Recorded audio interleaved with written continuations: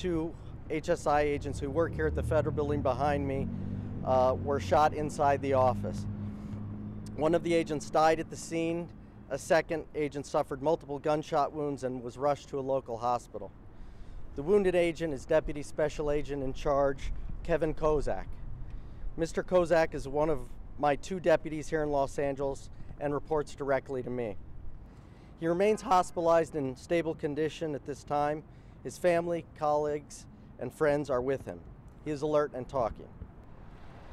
Agent Kozak is alive today because of the heroic actions of a Thurday supervisor. While that agent's quick thinking saved Agent Kozak's life, it also meant one of his colleagues died.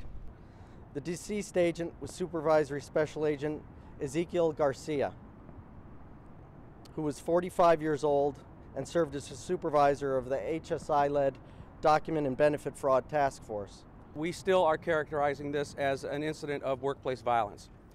So as you've heard, two federal agents who we now know as Kevin Kozak and Zeke Garcia were having a discussion in the ICE office at about 5:30 p.m. last night. As we understand it, Mr. Kozak was counseling Mr. Garcia with regard to his performance. Based on the interviews and the evidence, we believe there was an escalation in this discussion which likely led Mr. Garcia to fire several rounds from his service weapon, hitting Mr. Kozak. As you know, Mr. Kozak is currently hospitalized, and I'm happy and relieved to say that he is in stable condition. After Mr. Garcia began firing, another agent working nearby intervened and fired his weapon to prevent additional rounds being fired by Mr. Garcia.